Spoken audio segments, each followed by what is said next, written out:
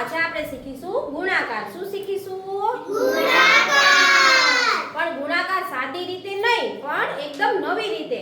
જો આવી રીતે તમે ગુણાકાર કરશો ને તો એકદમ તમને આવડી જશે. જો આપણે ગુણાકાર કરવાનો છે 35 ગુણ્યા 24. શેનો ગુણાકાર કરવાનો છે?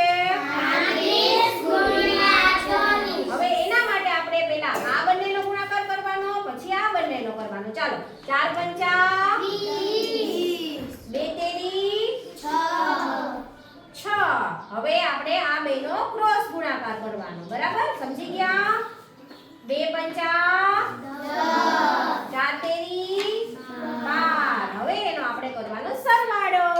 12 ને 10 કેટલા થાય? 22. કેટલા થાય? 22.